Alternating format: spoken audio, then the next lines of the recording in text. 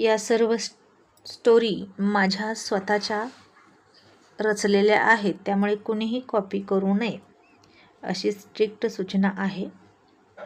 शशी आणि चंद्रा मार्केटमध्ये खरेदी करत होते आणि तो तिच्यासाठी ड्रेस घेत होता त्याच्या आवडीचे.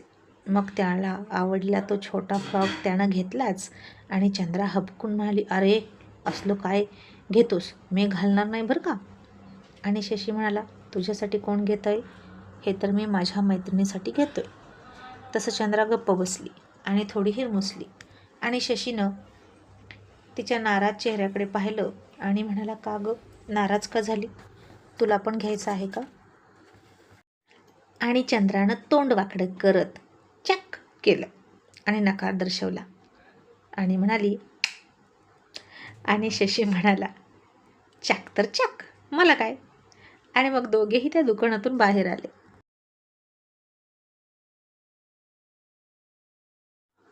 आणखीन एका दुकानात शिरले. आता त्या दुकानाची एक पेटच होती कपड्याची आणि दोन्हीकडून बाहेर पडायला जागा होती. शशी आणि चंद्रा डाव्या बाजूला आले होते आणि उजव्या बाजूकडे खरेदी करत करत निघाले होते. आणि त्याचवेळी पोलिसांची फौज तिथं आली आणि त्यांनी त्यांचे डावपेच आखायला सुरुवात केली आणि म्हणाले, आता तो आणि त्याची साथीदार सुटता कामा नये. लक्षात ठेवा, ती एक 19-20 वर्षाची तरुणी आहे आणि आपण सगळ्यांनी डायरेक्ट त्यांच्यावर अटॅक करायला नको. आपण सगळेच एका बाजूने त्यांच्या मागे गेलो तर ते दुसऱ्या बाजूने निसटतोय. फारच हुशार आहे तो. आतापर्यंत खूप वेळा त्यानं आपल्या हातावर तुरी दिलेली आहे आणि आता दोघेही एकत्रच आहेत, तर दोघांनाही एकत्रच पकडूया. मग त्या इन्स्पेक्टरच्या हाताखालचे कॉन्स्टेबल म्हणाले, मग सर सांगा आता कसा सापळा लावायचा. आणि इन्स्पेक्टर म्हणाले, शातीर आहे तो, कुठे राहतोय तो याचा अजून पत्ता नाही आपल्याला, आणि जेव्हा तो त्याच्या बिळातून बाहेर पडतो तेव्हाच दिसतोय, पण आपणही तेव्हाच त्याला गाठूया. आतापर्यंत खूप वेळा त्यानं चकमा दिला, पण यावेळी मात्र तो निसटता कामा नये. आपण एक काम करूया, निम्मे लोक गल्लीच्या त्या बाजूला जाऊया, निम्मे इथे थांबूया. इथेच हायवे लागूनच आहे, तो इथे पळण्यासाठी येऊ शकतो. आता एक दोघांनी जा आणि त्या दोघांचा अंदाज घ्या असं म्हणून साध्या वेशातील पोलिसांना त्या इन्स्पेक्टरनं पुढं पाठवलं. आणि आता ते साध्या वेशातले पोलीस उगीचच शशी आणि चंद्राच्या जवळच आले आणि खरेदी करण्याचं नाटक करू लागले आणि तिरक्या तिरक्या नजरेनं शशी आणि चंद्रावर लक्ष ठेवत होते. शशी आणि चंद्रा मात्र एकमेकांना थोडंसं भांडतच होते, पुन्हा व्यवस्थित बोलत होते, मस्करी करत होते आणि अशी त्यांची खरेदी सुरू होती. आणि समोरच आरसा होता. कपडे घातल्यानंतर त्यात बघण्यासाठी एका बाजूने शशीची नजर त्या आरशात गेली आणि त्याला दिसलं की 2 लोक उगीच शशी आणि चंद्राकडे टक लावून बघत आहेत आणि पुन्हा कपड्यांकडे ते स्वतःच्या बघायचे. असं वाटत होतं की ते त्यांच्याकडेच नजर लावून आहेत की काय. मग शशीला थोडा डाऊट आला आणि त्यानं चंद्राच्या हाताला पकडलं आणि तो दुकानाच्या बाहेर गेला. आणि त्यानं डाव्या बाजूला अचानक बघितलं तर 2 कॉन्स्टेबल त्याच्या दिशेने येताना दिसले आणि शशीला बघितलं की ते बाजूला सरकून लपले. शशीला आता नक्कीच खात्री वाटली की पोलीस आपल्या मागावर आहेत आणि आता त्यानं चंद्राच्या हाताला घट्ट पकडलं आणि भरभर चालत तो उजवीकडे निघाला, त्या कापड गल्लीतून बाहेर पडण्यासाठी. तसे ते 2 साध्या वेशातले पोलीससुद्धा लपत छपत आणि खरेदीचा बहाणा करत त्यांच्याच मागे पडत होते, पण डायरेक्ट जाऊन शशीला पकडण्याची त्यांना हिंमत होत नव्हती, कारण त्याच्याकडे पिस्तूल असू शकतं अशी त्यांना खात्री होती. आणि ती त्यांची खात्री अगदीच योग्य होती, कारण शशीकडे पिस्तूल होतंच आणि तो कधीही गोळीबार करू शकत होता. पण शशी आता जसा उजवीकडे गेला तसं त्याला तिथे सुद्धा पोलीस दिसले आणि शशीला समजून चुकलं की आपण पुरतं अडकलो आहे आणि तो पुन्हा तसाच पाठीमागं फिरला आणि त्यानं पुन्हा त्याच्या चाणाक्ष नजरेनं इकडं तिकडं बघितलं आणि त्याला एक बोर्ड दिसली आणि तो पटकन चंद्राचा हात पकडून त्या बोळीत शिरला. चंद्राला आता काही कळत नव्हतं की तो असा का वागतोय, पण तिला नक्कीच वाटलं की काहीतरी भानगड आहे. आणि तिनं पोलीससुद्धा बघितले होते. मग शशी पटकन त्या बोळीतून शिरला आणि दुसऱ्या गल्लीमध्ये गेला. आणि ती बोळ 2 गल्लींना जोडणारी होती. आणि दुसरी जी गल्ली होती ती मिक्स दुकानांची होती. त्याच्यामध्ये सगळ्या प्रकारची दुकानं होती. आता ते साध्या ड्रेसमधले पोलीससुद्धा त्या बोळीतून आत शिरले. आणि जसं त्यांनी इकडं तिकडं बघितलं तर शशी चंद्रा गायब झाले होते. आणि त्यांना कळलंच नाही की ते नक्की गेले तरी कुठं. मग ते दोन्ही पोलीस चंद्रा शशी कुठे आहेत हे बघत बघत एका मटणाच्या दुकानाजवळ आले. आणि कमरेवर हात देऊन खूपच बारकाईनं ते इकडे तिकडे बघत होते. आता मटणाला गिऱ्हाईक येत होतं. आणि तो मटण विकणारा म्हणाला, साब कितना करू, 1 किलो या 1.5 किलो. तसा तो साध्या वेशातला पोलीस मला नाही मला काही घ्यायचं नाही, आणि तिथून निघून गेला. तो थेट पुन्हा कापड गल्लीत गेला आणि तिकडे जाऊन दुसऱ्या पोलिसाला म्हणाला, ते दोघे तिकडे तर नाहीत, मग कुठं गेले असतील. इतकी नजर लावून होतं त्यांच्यावर, पण पुन्हा गायब झाले. आणि दुसरा पोलीस म्हणाला, सापडतील. आपण आता दोन्ही बाजूंनी चांगलीच कोंडी केली आहे त्याची. आणि आता तो साध्या वेशातला पोलीस गेला अशी खात्री झाली तशी त्या मटण कापणारानं हातातला सुरा खाली फेकला, डोक्यावरची मुसलमानी टोपी काढली आणि समोर शरीराला बांधलेलं कापड म्हणजेच ॲप्रन काढलं, तिथेच फेकलं. आणि तिथेच लपलेल्या चंद्राला म्हणाला, उठ पटकन चल. म्हणजे आता त्या पोलिसाला, साब कितना मटण करू, किलो या 1.5 किलो असं विचारणारा शशीच होता. तो पटकन घुसून मटण विकतोय असं भासवून त्यानं पोलिसांना फसवलं होतं. आणि चंद्रा तिथेच खाली लपली होती आणि पोलिसांना त्याच्यावर संशय आलाच नाही. मग आता चंद्रा उठली आणि त्याला म्हणाली, आता कसं करायचं, दोन्ही बाजूंनी पोलीस आहेत आणि आता आपण सापडणार म्हणजे सापडणार. आणि शशी तिला दबक्या आवाजात इकडे तिकडे त्याची सावध नजर फिरवत म्हणाला, चंद्रा घाबरू नकोस, तुझा माझ्यावर विश्वास आहे ना.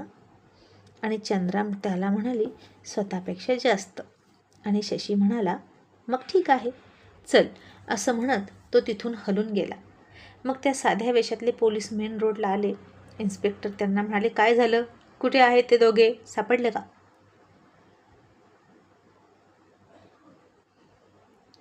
आणि ते पोलीस म्हणाले, सर कापड गल्लीतून ते मधल्या बोळीतून पलीकडच्या गल्लीत शिरले आणि तिथून गायब झाले आणि नक्कीच इथेच कुठेतरी असणार, जाऊन जातील तरी कुठं.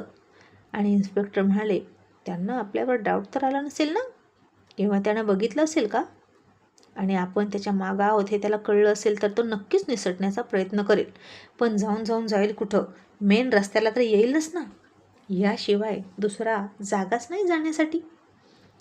आणि नेमक्या त्याच जागेवर ते इन्स्पेक्टर स्वतः पोलिसांचा फौजफाटा घेऊनच बसले होते.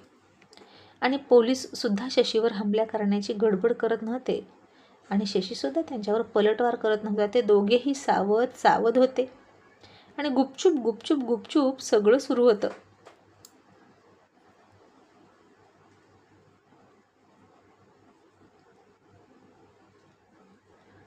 आणि शशीला गाफील ठेवून त्याला पकडायचा होता चंद्रासहित.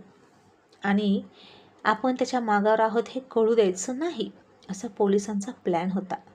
आणि आपल्याला पोलिसांच्या प्लॅनबद्दल कळलंय आणि ते आपल्या मागावर आहेत असं त्यांना कळू द्यायचं नाही आणि गुपचूप गडबड न करता इथून निसटायचं असा शशीचा सुद्धा प्लॅन होता. मग यातच बराच वेळ गेला. पोलिसांची चाल समजायला शशीला वेळ नाही लागला. आणि त्यावेळी हातात कुबड्या घेतलेला एक माणूस लंगडत कुबड्या टेकत आला. त्याचे कपडे थोडे फाटलेले होते, डोक्यावर फाटकं कापड घेतलं होतं आणि त्याला रस्ता क्रॉस करायचा होता. पण आता मेन रोड होता, तिथून खूप सगळी मोटार वाहनं येत होती, जात होती आणि त्या अपंग आजोबांना रस्ता क्रॉस करता येईना. आता ते आजोबा खूप वेळा रस्ता क्रॉस करण्याचा प्रयत्न करायचे, पण पुन्हा वाहनं आली की पुन्हा घाबरायचे आणि मागं सरकायचे. एक वेळ तर अशी आली की जेव्हा एक वाहनवाला त्या आजोबांच्या अंगाला टच करूनच गेला आणि ते आजोबा पडता वाचले. आणि एका पोलिसाला त्याची दया आली आणि तो म्हणाला, ओ बाबा, अहो मरचाल, थांबा, मी तुम्हाला तिकडं सोडतो. आणि त्यानं त्या आजोबांना रस्ता क्रॉस करून दिला. आणि तो लंगडा माणूस त्याला म्हणाला, देव तुझं भलं करो बाळा, आणि तिथून निघून गेला. मग तो माणूस तिथून खूप दूर लंगडत लंगडत निघून गेला. आणि काही अंतर गेल्यानंतर त्यानं कुबड्या फेकून दिल्या आणि दोन्ही पायावर व्यवस्थित उभा राहिला आणि कुत्सितपणे गालात हसला आणि मनात म्हणाला, इन्स्पेक्टर, मला पकडण्यासाठी तुला दुसरा जन्म घ्यावा लागेल, कारण या जन्मात ते शक्य नाही.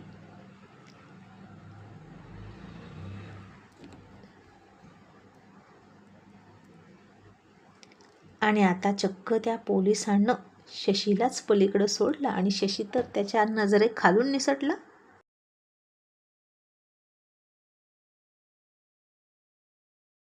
पण आता चंद्रा अडकली ना. ती कशी बाहेर येणार म्हणून शशी खूप काळजीत होता. आणि उगीचच हे शॉपिंगचं खूळ काढलं असं त्याला वाटलं. माझ्या लक्षात यायला हवं होतं की आता मी मोस्ट वॉन्टेड क्रिमिनल आहे. पण चंद्रा का नाही आली आतापर्यंत बाहेर? मी उगीच तिला सोडून आलो. तिनं काही गडबड केली आणि तिच्यावर नजर पडली आणि ती सापडली तर? आणि मी तिला एकटी पोलिसांच्या तावडीत सोडून जाऊ शकत नाही. मला स्वतःला सुद्धा पोलिसांच्या हवाली करावंच लागेल असा विचार शशी करत होता. आणि आता इन्स्पेक्टर म्हणाले, बराच वेळ झाला ना. एव्हाना त्यांनी बाहेर पडायची तयारी करायला हवी होती, पण कोणीच कसं दिसलं नाही बाहेर पडून जाताना. कडक नजर ठेवा उजवीकडच्या बाजूनं सुद्धा, असं ते म्हणाले. आणि इतक्यात काही वेळातच कडेवर एक मूल घेऊन डोक्यावर पदर घेतलेली एक बाई आली आणि तिचं बाळ खूप रडत होतं. आणि ती नेमकी त्या इन्स्पेक्टरच्या जवळच येऊन उभा राहिली आणि तिचं मूल खूप रडत होतं. आणि तो इन्स्पेक्टर तिला म्हणाले, ए बाई, अगं किती रडतंय तुझं बाळ, त्याला गप कर. आणि दातात पदर पकडून ती बाई म्हणाली, काय करू दादा, अहो त्याला पाणी पाहिजे, पण कुठं पाणीच नाही बघा, तुम्ही याला जरा धरता का, मी पाणी घेऊन आली. तो इन्स्पेक्टर म्हणाला, आता मी याला घेऊन काय करू, माझ्याकडे थोडीच राहणार आहे तो. मग चंद्रा म्हणाली, नाही तर मग तुम्ही एक काम करा की तुम्ही पाणी आणता का. तसा इन्स्पेक्टर म्हणाला, नाही नाही, इथे मला बंदोबस्ताला उभा केला आहे, मी कसा पाणी आणू. मी पाण्याला जायचो आणि तो गुन्हेगार आणि त्याची ती साथीदार मुलगी इथून निसटून गेले तर, त्यामुळे मी इथून हलू शकत नाही. आणि मग ती बाई म्हणाली, मग एक काम करा की साहेब, बाळावर तरी लक्ष ठेवा, मी आधी पाणी घेऊन येते, किती रडतंय बघा की, असं ती म्हणाली. आणि तिचं बाळ आता खूप मोठ्यानं ओरडायला लागलं होतं, तेही आधीपेक्षा जास्त. आणि ते इन्स्पेक्टर म्हणाले, बरं बरं ठीक आहे, ठेव तुझं बाळ इथं. आणि आता ती बाई पाणी आणायला म्हणून गेली आणि तिकडंच गेली. आणि पोलीस कधीची वाट बघत होता की ती कधी यायची. आणि त्या रडणाऱ्या मुलाला म्हणायचे, अरे हो, तुझी आई येते पाणी घेऊन, थांब. आणि इतक्यात एक बाई घामाघूम होऊन पाठीमागून घाबरलेल्या अवस्थेत इकडे तिकडे शोधत रडत फिरत होती. मग तिनं ते बाळ रडताना बघितलं, तशी ती पळतच आली आणि बाळाला उचलून घेतलं आणि म्हणाली, माझं बाळ, माझं बाळ.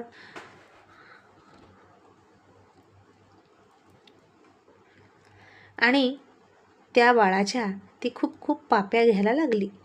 आणि ते इन्स्पेक्टर म्हणाले, ओ बाई, हे तुमचं बाळ कसं असेल, त्या बाळाची आई तर पाणी आणायला गेली आहे त्याच्यासाठी, त्याला खूप तहान लागली आहे ना, म्हणून तर रडतोय. ती बाई म्हणाली, आहो, या बाळाची आई मी आहे, किती वेळ झालं माझं बाळ शोधते मी, याला मी तिथं ठेवलं होतं आणि कोणीतरी उचलून नेलं बघा. आणि हे ऐकलं तसं इन्स्पेक्टर चकित झाले. आणि त्या बाळाची आई नक्की कोण, पाणी आणायला गेलेली की ही, हे त्यांना कळेना. आणि आता ते बाळ त्याच्या आईच्या जवळ गेलं आणि रडायचं थांबलं की, आणि त्याची तहान पण पळून गेली होती. पळून गेली म्हणण्यापेक्षा ते तहान लागून रडत नव्हतंच, त्याला कोणीतरी रडवत होतं. आणि पोलिसांच्या लक्षात आलं की ती बाई म्हणजे अजितची साथीदार चंद्रा.